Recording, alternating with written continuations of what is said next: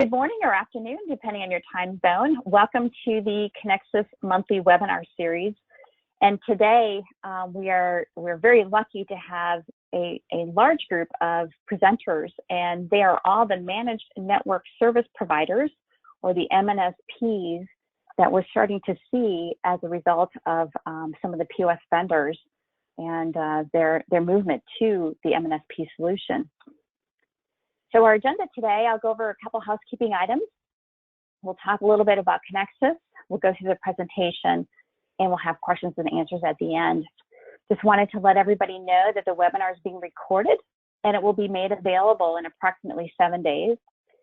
You can find it on YouTube if you go to Conexxus Online. If you go to the Conexxus website under conexxus.org, under resources, you'll find the webinars. And then if you would like a copy of the slide deck, we ask that you complete a survey that you'll receive about an hour after the presentation has concluded. So look for that email. It's about 3 or 4 questions. It's very, very short. And once you complete the survey, then in about another hour, you receive an email with a link to that.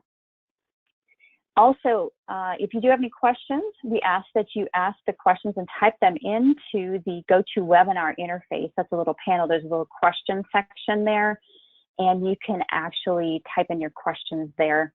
And we do ask that you ask no vendor-specific questions. And if you do need our webinars sometimes can be used towards PCI continuing education credits. Please contact A. Russell, that's Allie Russell, at conexxus.org.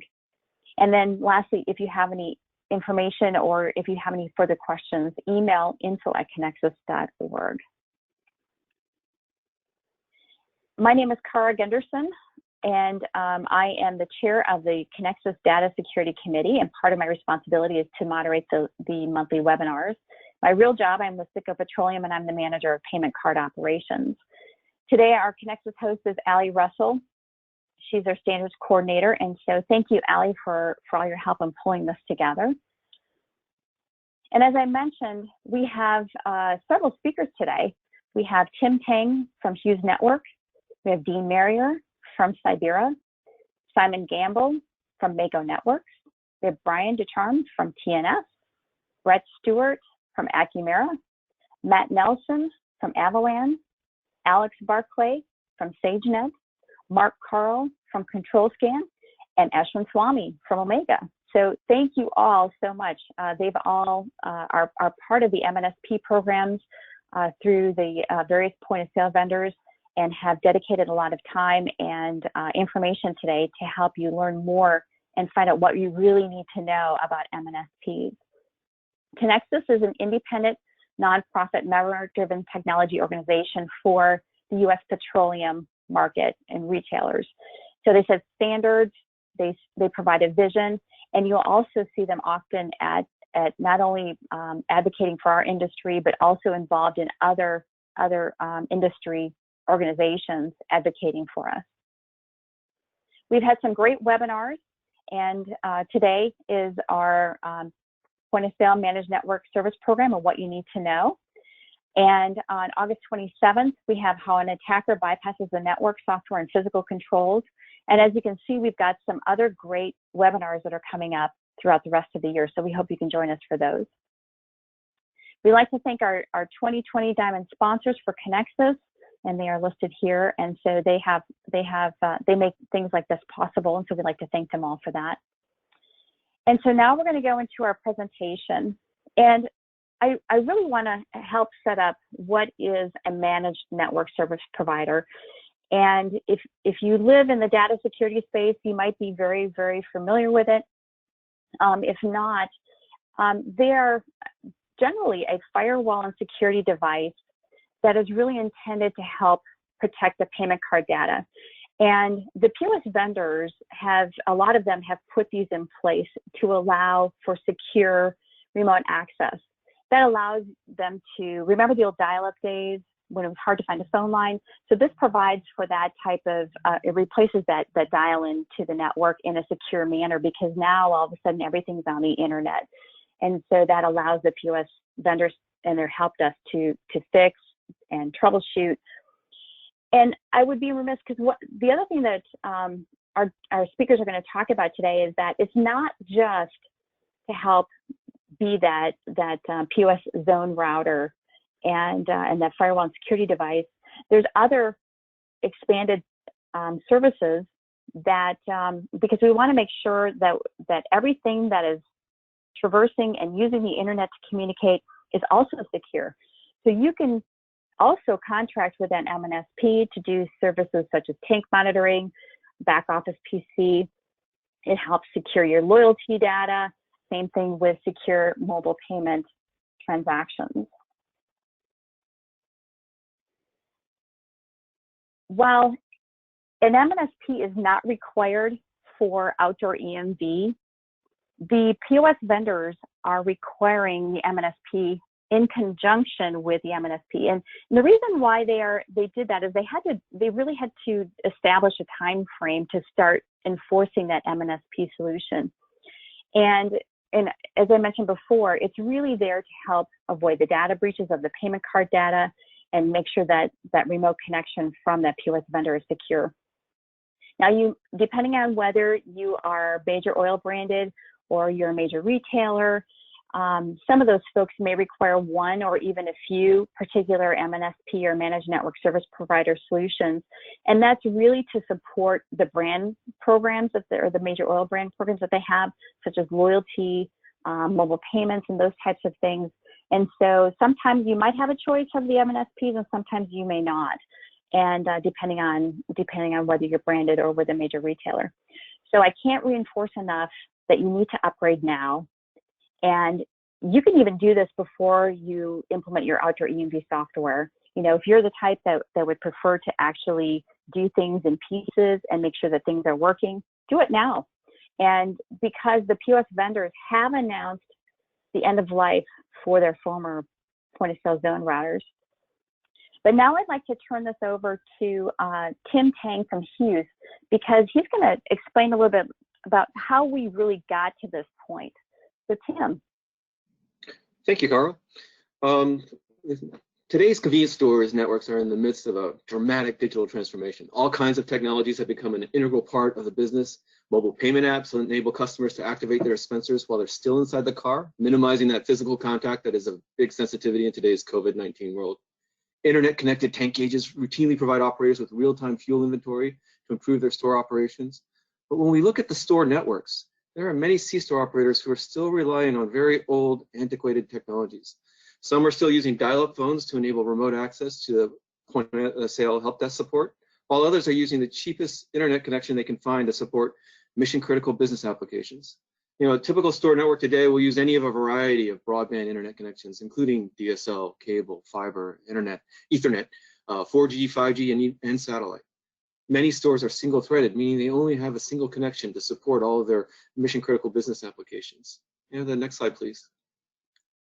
Now, outdoor EMV introduces new network requirements. The EMV transaction involves more data, more handshakes across the networks. This means that EMV transactions are more sensitive to network congestion. And then on top of that, the new generation of point of sales, they further exacerbate the problem with software updates over the network. Some of these can be several hundred megabytes of data. It's a perfect storm. You have EMV transactions that are more sensitive to network issues, and you have more applications within the C-store, including the back office PCs that are upgrading themselves over the network. And then on top of this, you have cybersecurity threats to the businesses are increasing. You know, specific to the C-store industry, there have been multiple very public data breaches affecting over 30 million customers recently. And the primary purpose of the MNSP program is to protect the C-store against cybersecurity threats while still enabling the secure remote access for legitimate business needs, such as the remote point-of-sale help desk support, automatic tank gauge monitoring, and many, many more. This is critically important as the threats are dramatically evolving. Criminals are not only stealing customer data, they are encrypting back-office systems with ransomware and demanding and succeeding in receiving tens of thousands of dollars in ransom before restoring an operator's access to their mission-critical business data. And so the purpose of this MNSP program is not only to support the outdoor EMV upgrades, but to also substantially improve the cybersecurity posture of the C-store. The next slide, please.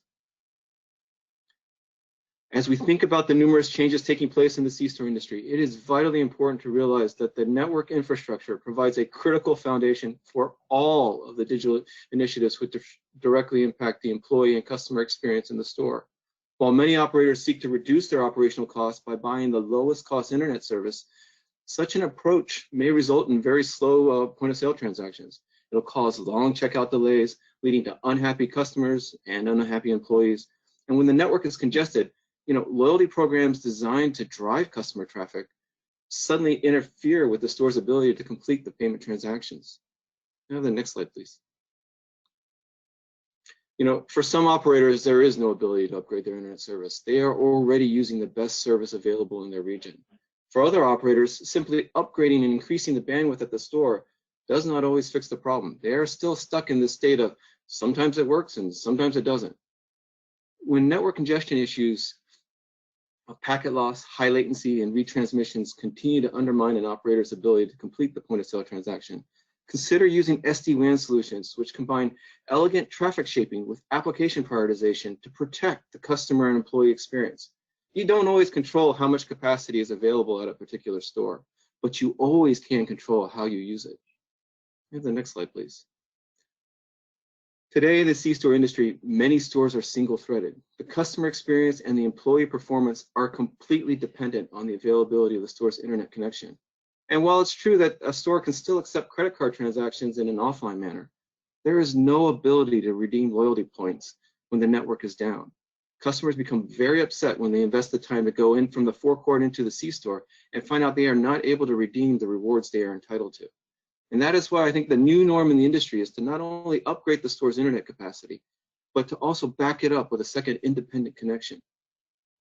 Investing in the availability of the store's network provides a foundation for all of the customer-facing and employee-facing applications that depend on the store's internet. And as more and more of the business applications move to the cloud, the store's internet connection becomes an absolutely vital element to the store's customer experience and the store's operational efficiency. And now my friend Dean Marrier from Cyberra is going to talk to you about why make the change. Thanks, Tim. Great job. Yeah, so why the change, right? Why the need for a POS zone router? First, we look back at what Tim was just talking about. Everything was, legacy serial devices and phone lines, and it moved. The evolution continued to Ethernet now in the POS system. So there was a need to standardize the network deployments, right? Once you standardize the network deployments, so there was also a need, since everything became IP-based, was to segment and secure payment zones from other LAN devices, right, that were non-payment or out of PCI scope. We're trying to reduce it. There was also some needs for high-speed remote support access. To Cara's point earlier, we didn't want to have any more dial lines being connected from the end users, right? It took a long time and it was hard to support. And ultimately, the POS providers decided to package these devices with their systems for ease of use in those standardized deployments. However, what we found out, though, through that is that there was a lot of challenges, mainly lack of basic networking knowledge in the technician community, in the POS vendor community, right? And even your end user retailers. Another big challenge was loss of visibility. That was a device online or offline. There was really no central management and no asset control, which brings us to chain of custody, right? So once the asset was sold, who owned it? And the support thereafter was always mixed and often confusing for folks. It was also a POS support dust burden, right? The POS support teams had to have individual B2B or end user customers to their headquarter connections to support the sites, and that was hard to maintain, and it creates compliance issues. There's also the increase of hardware, cost of hardware and support. You had to buy additional equipment for your headquarters to interface those VPNs, right? And then of course, who maintained those logs and what do you do with that data? So that brings us kind of like to what was the first step in this transformation to a newer device, which was the enhanced zone router. That replaced the ASA in Verifone Commander deployments. The idea there, the thesis there, was a plug-and-play solution with remote support out of the box, right? So it was a more templated approach. It allowed the technicians and everybody to just go ahead and install the devices and kind of move on. Next slide, please. So why the movement to MNSP from EZR, though? Well, EZR was a good product in the beginning, but what brands and retail marketing departments wanted to do was they saw IoT and new tech. These zone routers fit in, right? And if they were kind of closed systems, what could they do with them? There was merchants' desire for high-speed remote access in their own network needs, right? Back office loyalty programs.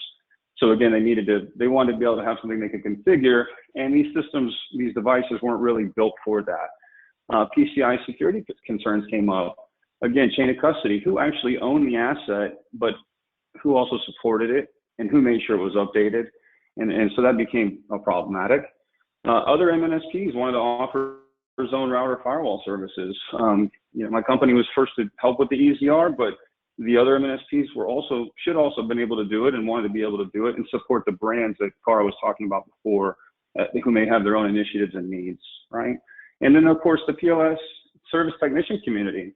And there's a mixed feeling out there. Sometimes they were happy because it could be easy to install, but then they were unhappy because they weren't networking guys. And so if there was changes that were needed on the box, a lot of times they had issues configuring those and more likely getting support to do so. So MNSP was the next logical step, right? The ASA, the EZR, and the RVO42 I just talked about, they required a lot to keep up with. As I mentioned, security, PCI, software maintenance and updating, and of course, networking changes. And there was just felt like there was never a clear owner on that. POS vendors are the POS experts, right? They decided, we want to stay POS related. We want you guys as the MNSPs to create templates that make it simple to deploy with little to no effort, right? This also provided a clear distinction of POS responsibility. So no longer did the POS guys have to take the burden on their help desk to support networking needs when they needed to support a POS problem. In other words, we get streamlined support from MNSPs, right? We are the network and security experts. You could call one help desk to receive all the support for your networking needs. MNSPs can deliver changes to the market much faster. Make sure you leverage us, by the way. The POS vendors they were never positioned to keep up with the changes on those devices. It wasn't really in their wheelhouse, as I've stated. And so it made sense for the MNSPs to take on that responsibility. Enhanced support for outdoor EMV deployments. As I stated, the templates on the previous systems weren't really devoted or desired for the EMV deployments. So with MNSP, we have different systems, we have different capabilities. We were able to support much faster, and deliver a more foolproof system for you guys. And maybe the best part of it all is a reduction in hardware and cost and footprint. Again, no infrastructure deployments for your VPN connections.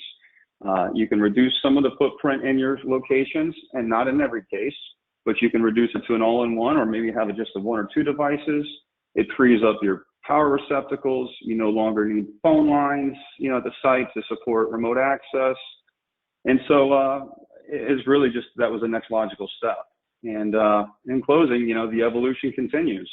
So now here is Simon Gamble to tell us why MNSP is actually more than just MNSP. Thanks, Dan. That's a great overview. So I'll pause for a moment. There's a new accent on the phone now. I know sometimes it takes a bit to get our head around that. You ready? Okay. So MNSP, it's really simple. And my goal today is to outline to you the basics of what MNSP is, and then what the MNSP vendors can do in addition to MNSP. And I think it's important to go over this because a lot of folks have a bit of confusion as to what MNSP is, and where the MNSP solution starts and where it stops. When it all boils down to it, MNSP really delivers three things, and it's designed to enhance and protect your point of sale environment. So it segments your point of sale equipment. Your Verifone or Gilbarco point of sale system is effectively ring-fenced from the rest of the equipment at your store. And when you stop and think about it, there's a lot of other things at your store to separate from the POS environment. Everything from ATGs to managers' PCs to Wi-Fi networks to maybe a VoIP phone system. The MNSP solution is designed to keep the point of sale system separate from everything else in your store.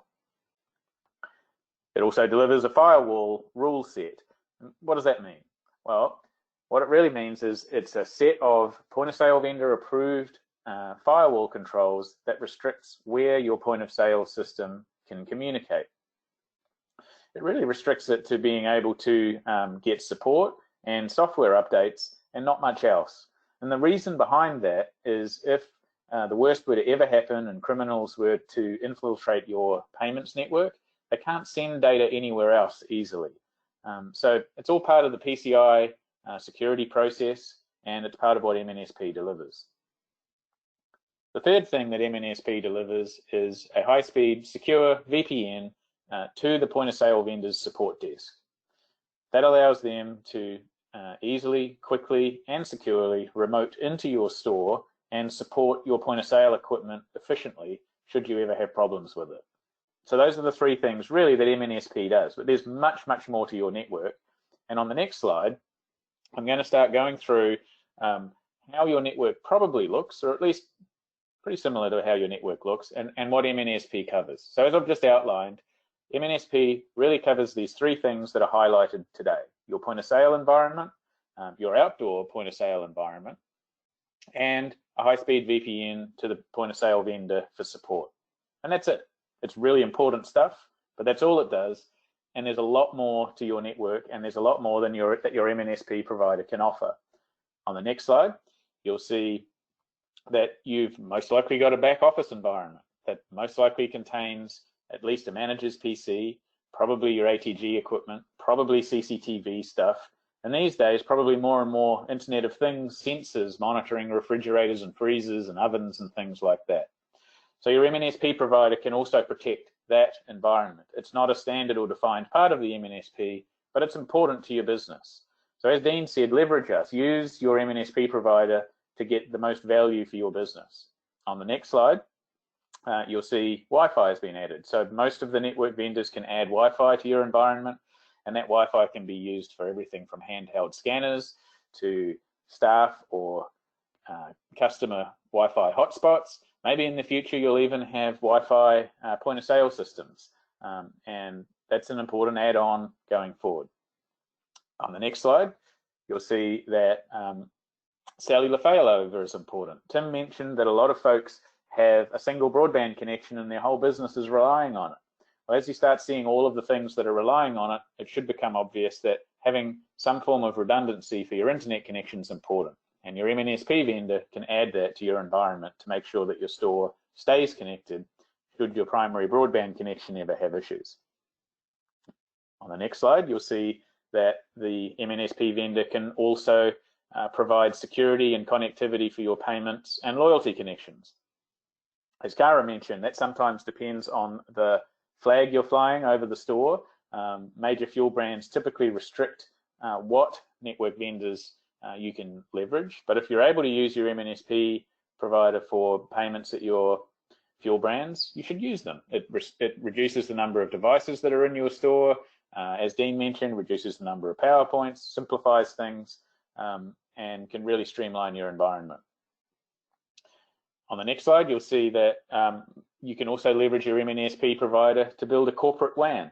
Why pay more money for additional SD-WAN services when your MNSP provider can also deliver it? If you want to have secure remote access into your stores for end-of-day receipts, for monitoring the CCTV system, maybe getting the tank gauge systems, use your MNSP's services to build that for yourself. And then on our last slide, or second to last slide, you'll see that many of the vendors also provide cloud management. That means from one pane of glass, you can see all of your stores if you have multiple locations, and you can get real-time alerts on whether your stores are having issues or not, whether the cellular connection is in use or not, maybe even whether the devices are overheating, which is a good indication that other things are going wrong at a location. So on the next slide, really what it boils down to is you can have a very simple MNSP only solution. On the next slide, Cara, maybe my screen's died. Or you can have a very complex but simple and streamlined and easy to use system that really does protect far more of your business than just the point of sale equipment. So hopefully that's opened your eyes a little bit to what MNSP is and what your MNSP vendors could potentially offer you. And now I'll hand over to Brian at TNS as our next presenter. This is Brad from Acumera. Brian could not make it today. Let me just briefly raise that I am not seeing Simon's last slides, so I'm going to be presenting in the dark. Could someone assure me that everybody except me is seeing those slides? I'm not seeing them either. I've got the slide deck ready, so why don't I take over the presentation, sharing the slides, and then you'll be able to rock and roll. Perfect. Give me one moment.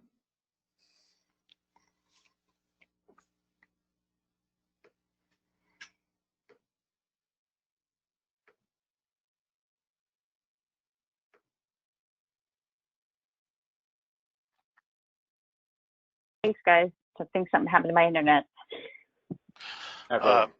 Okay, so this is Brett Stewart presenting for Brian Ducharme. Simon, next. Okay, we have been talking, and Simon and Dean have done a great job sort of laying out this logical justification for a shift to an MNSP solution around first standardizing so that networks become supportable remotely. If they're all different, they're very difficult to report. If they're standardized, they become much easier to support. In the name of security, because of the growing issue with people who have sort of malicious intent regarding your network, and in the name of operational efficiency. But all of those are sort of the bottom layer that's trying to support a better guest or customer experience. And those guest and customer experiences and guest expectations, customer expectations are changing. Most of the customers have a digital life that remains sort of permanently connected, and they're very used to specialty applications that can be tailored to exactly what their personal interests and preferences are. Next slide, Simon. And when you match those expectations to the C-store environment, what you find is increasingly there are a lot of vendors.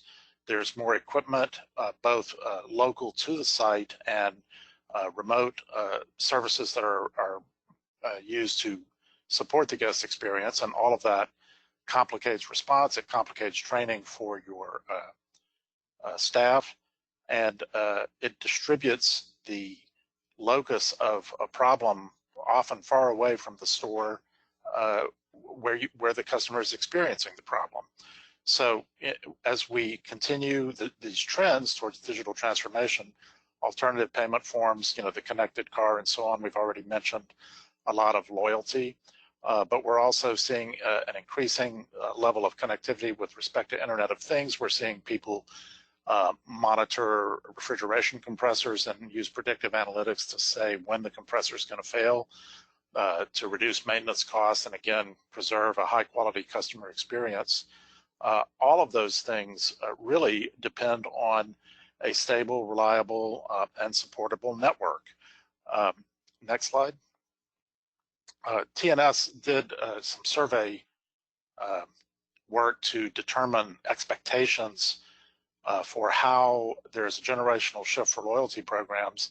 Increasingly, and sort of not necessarily expected, we're seeing not just that the sort of the younger people who grew up with digital technology have these digital transformation expectations, but we're seeing increases in adoption from older folks as well, and it's transcends age, it transcends gender, it transcends geography. So all of these things are driving the need to have a better customer experience available based on a network. Okay, next, Simon. Then here I'll introduce myself, Brett Stewart from Acumera, and I want to just continue this conversation about how choosing an MNSP prepares retailers for transformation. Next. So stores become increasingly complex, as Simon made the point. In addition to isolating your point of sale network elements and giving your point of sale vendor secure remote access to them, there are so many other things that a MNSP can do ultimately to secure your entire digital estate, not just the point of sale. We all see all of these things making inroads into the stores. People are selecting these technologies based on the needs of their store, their market, and their customer base. And increasingly, we're seeing more sophisticated business operation that depends on the egress of data other than point of sale or payment data, like scan analytics, wet stock analytics. We're even seeing now the automation of compliance with the Food Safety Modernization Act of 2013, which requires sort of the farm to fork preservation of food safety. And while an MNSP selection or a transition from a self-managed to an MNSP managed network might look like it's driven by a point of sale vendor, it's actually supporting your entire organization. Next. So if you have completed the transition to a more organized and managed network, what you'll discover is your network is easier to secure. It is more economical to maintain, and it can flexibly support new initiatives. All of that shifts the burden from your in-house IT staff to network break fix to things that are more core to supporting the customer experience. As an example, what we have seen during the pandemic emergency is a sudden rapid adoption by many store operators for services that they had not formerly given much thought to, namely online ordering and modification of operations for curbside delivery, all of which required quickly pivoting the behavior of network to onboard new vendors. If you chose an online ordering vendor that needed to be able to hook up to in-store business systems, you needed to be able to put that in quickly. And we saw many customers who very rapidly were able to pivot because they had already completed the transition to an organized and managed network that was standard, secure, and efficient. So having just sort of reminded everyone of that, I'd like to now introduce Matt Nelson from Avalan. All right, thanks, Brett. Appreciate it. So all of you have heard about, managed network service provider from a security standpoint. I'm just going to try to give you a little bit of an overview of some of the aspects of security that an MNSP addresses. Next slide. So give you guys a couple of informational points. McAfee, kind of the worldwide, virus guys out there, they produce quite a bit of data. One of their data points that they just recently produced was in Q1 alone, there was about 375 cyber threats per minute. That's about 500,000 per day, or about 16 million per month. So that can give you an idea of everything that's hitting a network. Now, this is worldwide, but you have to understand our payment systems are being, attacked worldwide on a regular basis. A couple more statistics for you. Identity theft happens about every 2 seconds, and that's again another thing. Protecting personal information is, super important. And then the average cost of a data breach. I think it was mentioned earlier about data breaches. This is some data from IBM's cloud team. It's about 3.92 million per data breach. So that can give you an idea how important security is. Next slide. So I see security as really kind of 3 elements, those being visibility, control, and the response. With regards to visibility, what MNSP deals with is sort of not only just real-time data and real-time visibility, but also analysis of those packets. Everything from package capture, which will allow you to diagnose kind of the relationships between some of the client servers and the devices, as opposed to more of the streaming or flowing data that's actually analyzed and looked at on a regular basis to really understand things like network efficiency and network attacks. Dashboards themselves really give you an idea to, a tool, if you will, to be able to look into the network, understand what's going on in your network at multiple sites or just even at a single site. Next slide. So talking a little bit about control. Control is about not just, blocking viruses and spam, but it's really the whole environment throughout your network. I think Brett and others talked about different elements within a C-store that might exist that you might be protecting or worrying about on that network. So management and network controls not only the rules, but the changes of the network structure, as you know, your VPN structure changes, or like Simon was talking about, whatever those different fences that you need to put around different elements of your network. And then really the whole notion of control in terms of updates and staying ahead of security threats as much as possible is another element that's very important that actually can be managed through your MNSP.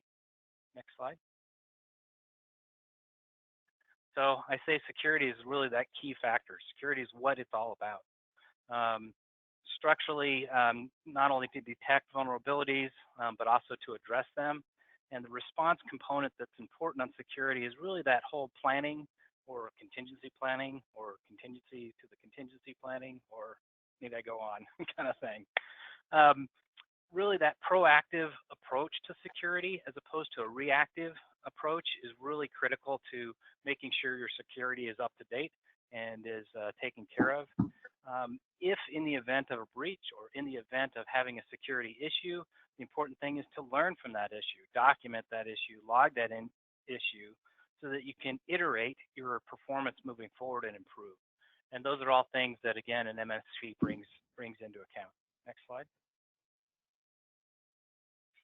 So just really in conclusion, you know, MNSPs work with you as part of your team to really address your network security throughout, give you visibility to your network, give you network control, proactively respond to security threats. And with that, I'll send it on to Alex. I think you're going to talk about security in the outside of the MNSP. Yeah, thank you, Matt. I really appreciate your content because it is an on-ramp to what I'm talking about, which is how do we look at enterprise security, not just in the context of MNSP, but as an organization as a whole, and how can your MSP vendor help with your enterprise security needs? So if we look at the next slide, MNSP is part of an enterprise security program, and an enterprise security program is a strategic assessment of risk and a strategic acceptance of that risk.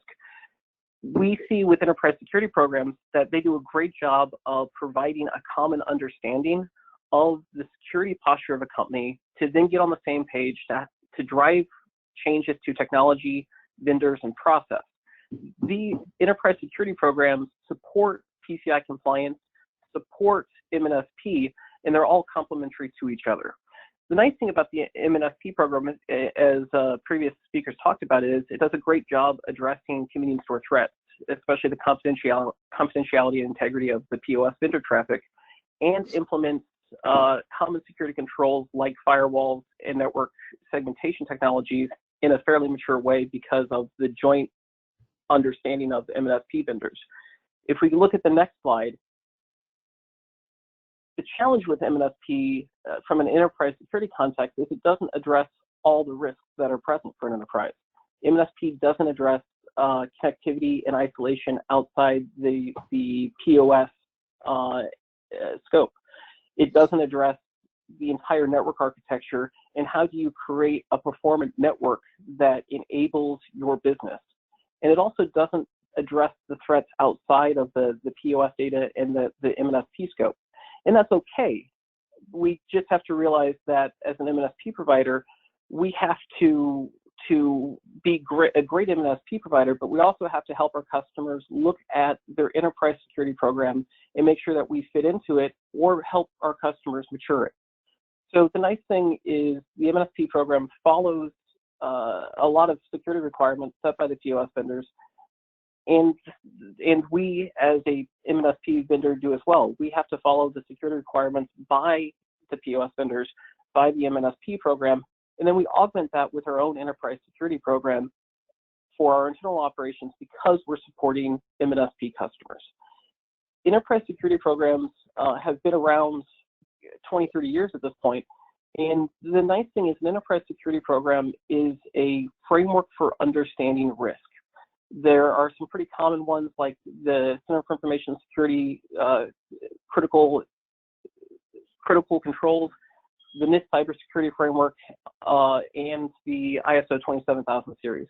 If we go to the next slide, when we delve into these enterprise security frameworks, we see that they're actually much more simple than what people expect. It's just a collection of security controls. It's saying you should evaluate X, and here's why you should evaluate it.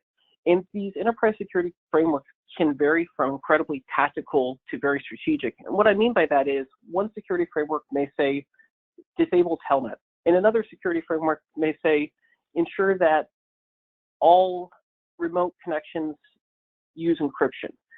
So the security frameworks can vary quite a bit, and this is where an MNSP or other security vendor can help you choose the right security framework to support your company's needs and to address your company's risks. The nice thing about security frameworks is they provide that common language and mapping. So when me as a MNSP vendor, when I see a security framework, I can say, oh, this maps to my environment in this sort of way. And because of that, it makes audits easier and cheaper, and it helps to augment teams that don't have a deep security expertise. The security frameworks are generally developed over the course of many years with lots of experts, relieving your company from needing to do that burden of trying to understand risk without an on-ramp of understanding. If we look at the main security controls out there, there's the CIS security controls. These are probably my favorite because they're very tactical and actionable. They're a great on-ramp for organizations that are just starting to look at enterprise security. This gets complemented by the NIST cybersecurity framework, which provides a strategic view of those same types of security controls.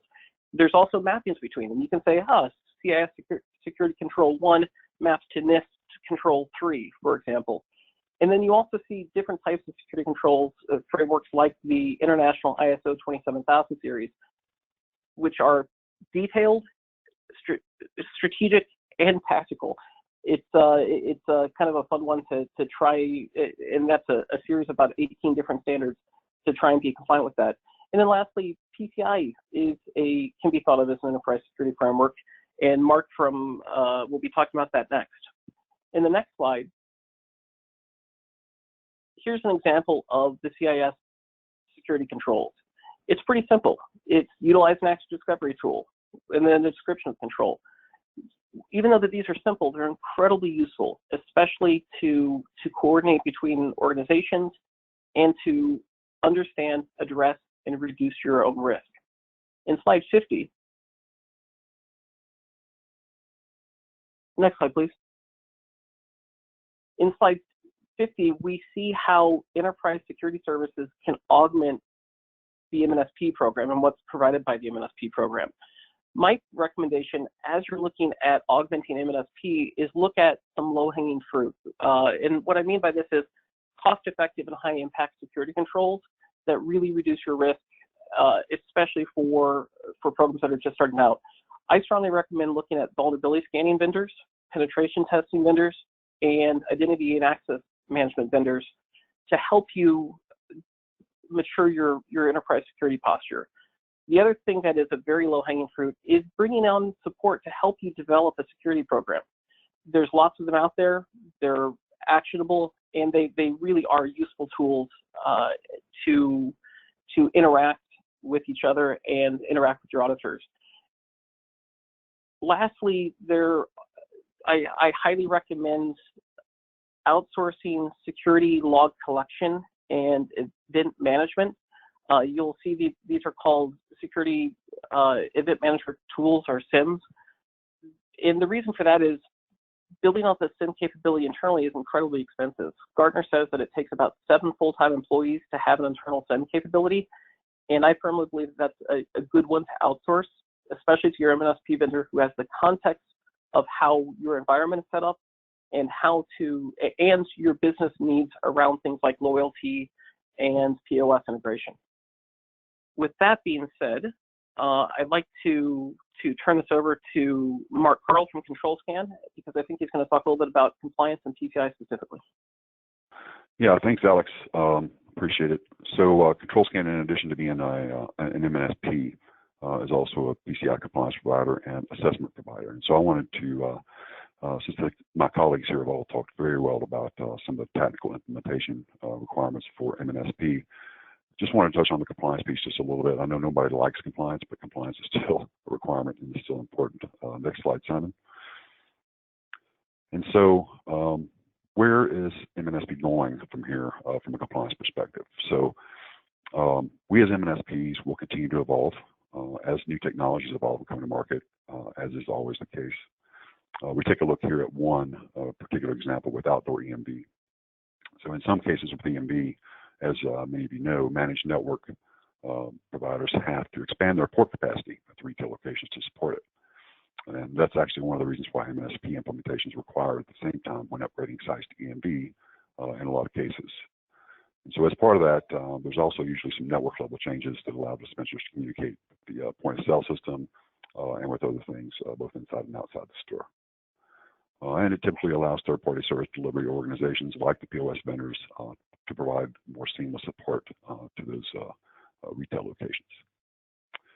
So MNSP is about the network service provider taking on management of more of the network function that was traditionally left to the retailer to manage, which created a lot of intricate problems that Dean talked about earlier about who's left with actually to own the management of that device and to make changes. And so by moving to MNSP services, it helps to consolidate things that were often delivered by multiple devices historically. And it can reduce hardware footprint at retail locations. And that also potentially reduces the PCI scope as well, if you have less devices to actually assess. And with MNSPs working further to find areas to reduce scope, other future digital transformation, such as mobile payments, point-to-point encryption, some of these other things we'll see come to market very, very quickly and very soon. This could also reduce PCI scope, which also reduces the compliance complexity for an individual retailer. And so next, moving on to the next slide, we'll talk about specific PCI requirements around MNSP. So MNSPs fall under a PCI guidance document called Third-Party Security Assurance, where they're basically defined as third-party service providers.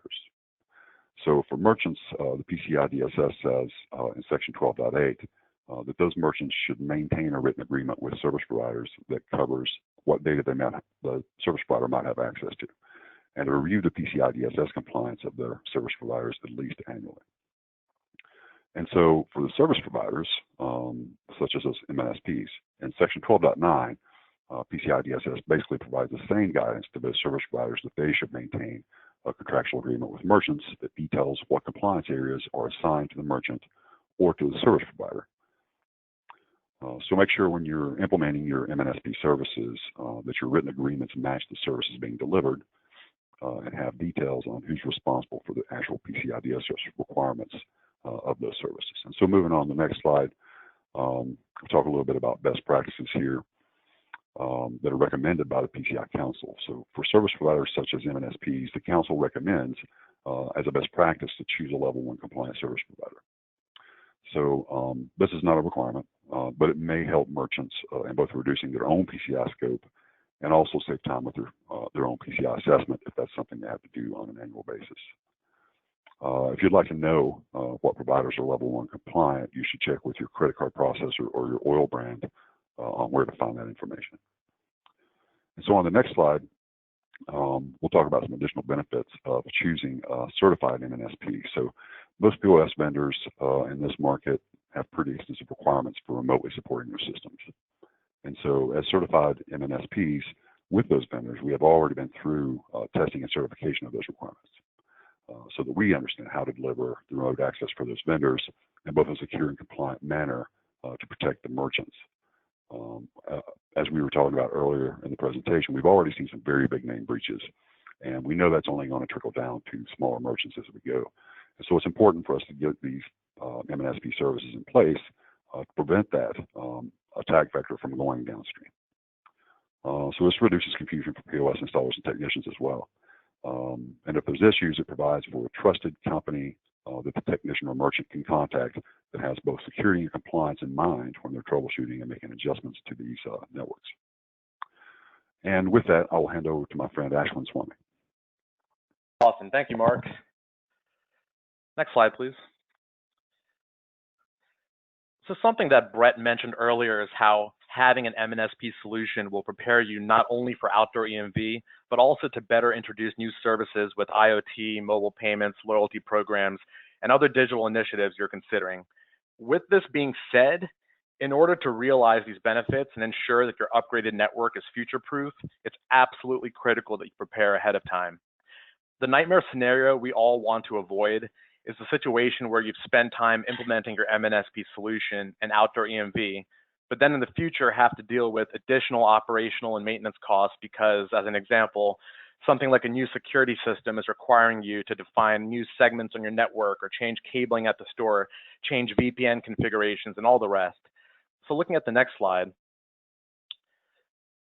we encourage you to start getting ready by ensuring first that sites are physically prepared ahead of time, that the network is then planned with your current and future technology initiatives in mind, and that the proper coordination and project management is in place to allow for a smooth upgrade on the actual installation day. And of course, the MNSPs are here to help as you work through this process. If we look at the next slide, the first phase in getting prepared is making sure your actual physical sites have the proper infrastructure and conditions necessary to keep your network resilient.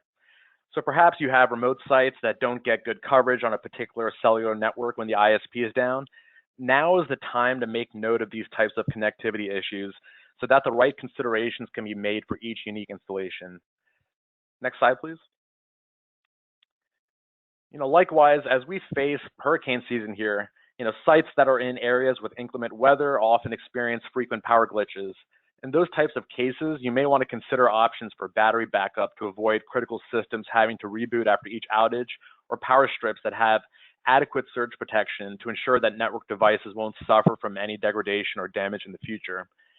Touching briefly on physical security at the site, the MNSP equipment has to be securely implemented in a PCI compliant fashion. To this point, we highly suggest you identify where at the store your card data environment systems and network equipment are currently situated, and closely review PCI requirement 9 for guidance on how to set up your site to be physically secure. Simply put, critical devices at your site, like your site servers, POS systems, and all the network equipment, should not be accessible without the proper physical security protections at the site. If we look at the next slide, as far as scoping the logical network itself, this is really the time to get into the weeds of your network design and make sure that it aligns with your technology and innovation roadmap. I once heard it said that introducing a whole bunch of new services and technologies to your enterprise without having the right network design to support it is kind of like picking the bedroom furniture without knowing the dimensions of the room. Next slide, please. So take the time to closely review your current devices and services at each site and make note of anything you're expecting to introduce in the future. And while you're at it, reach out to your vendors about documentation that describes, firewall rules that may need to be put in place to properly communicate with the point of sale or with external update servers or cloud applications. Having this information ready ahead of time will help make sure that MNSP routers are properly configured and minimize any changes that need to be made in the future. If we go to the next slide,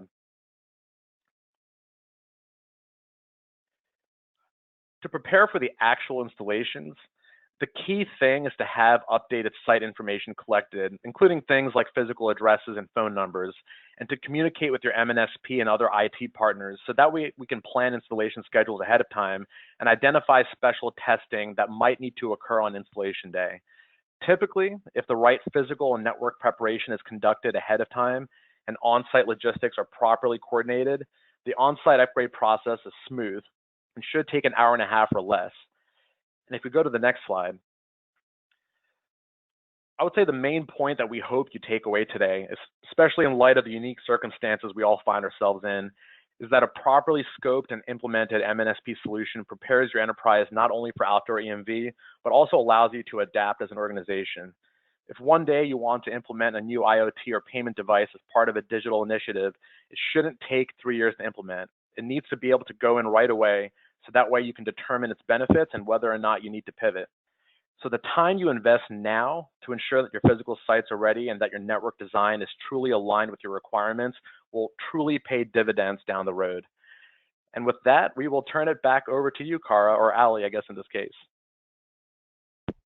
Thanks all so much. You guys did a great job of giving us so much information in such a short period of time.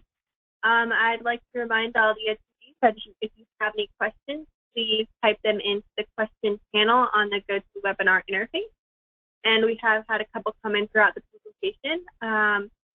The first one, what security services need to be enabled on the MNSP deployed router at the store other than the basic firewall, and VLAN segmentation? If there is inter-VLAN traffic, what security services are needed? Well, I can take a stab at that.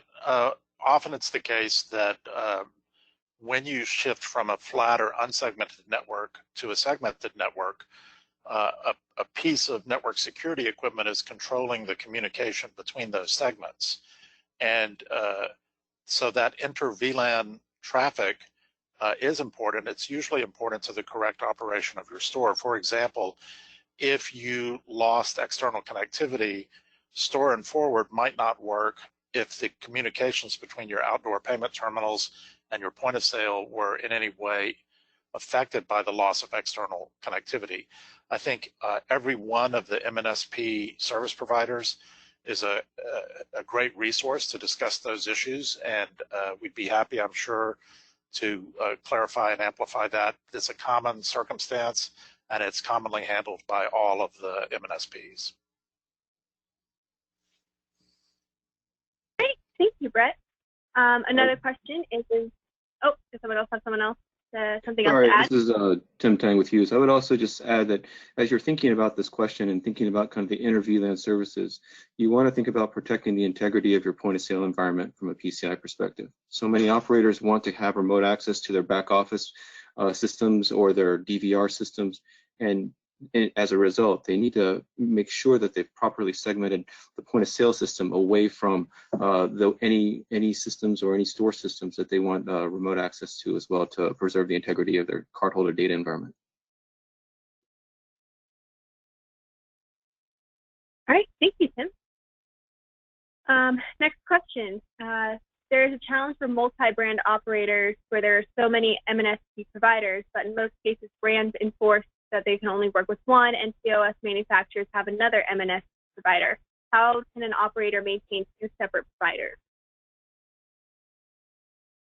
Well, this is Dean from Cybera. I think that you need to work with your brands to understand the reasoning behind only allowing certain providers. I think Cara touched on this early in the presentation, and if you weren't available at that point, it was really more around the brands certify these devices, the payment firewalls, and now the MNSP firewalls, and sometimes they work together for those brands, and sometimes they need to be separate. But it's always a case-by-case approach. But these brands go through a long certification process to validate that the services that they're contracting with the MNSP vendors for are available for them and their needs. And then, so I think that kind of answers the question, right? And so I think if you work with your brands, I think there may be some movement later on in the industry, but for now, I think it's pretty, it's going to stay consistent with what they've been using. So whoever their providers are, they'll allow them to extend the MNSP services. And in other cases, you'll just have to use, you'll have to use duplicate services if you can. So I don't know if that answered it well, but it's a tough question, right? So there's a lot more behind it than just technology. It's really around the use cases for the brands and how they support their clients as well. So. I'd like to also add that if you're a multi-site, multi-brand operator, one of the complexities that you often have to deal with is you're trying to build one enterprise network for yourself, and you're having, you might have brand X point of sale at location, some subset of the locations, brand Y at another. Each of those have different required network numbering plans. Similarly, you might be under different brands, each of whom have different required preferred ways to process payments. That type of complexity is common to every enterprise of any scale.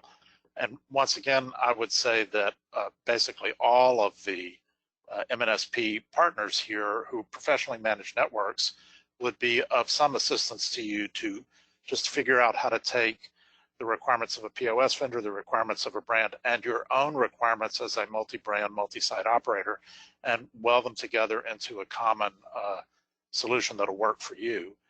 Often the most important thing in that process is getting a good numbering plan for the network and understanding where network translations will happen in that numbering plan. But it is not an unusual problem, and it is often solved, and I'm sure that everybody on this list of presenters could help you out with it. All right, thank you all so much. We have time for about one more question. How do MNSPs support troubleshooting if there are any communication issues on the site and or forecourt? This is Tim Tang with Hughes. There's many different ways that can happen.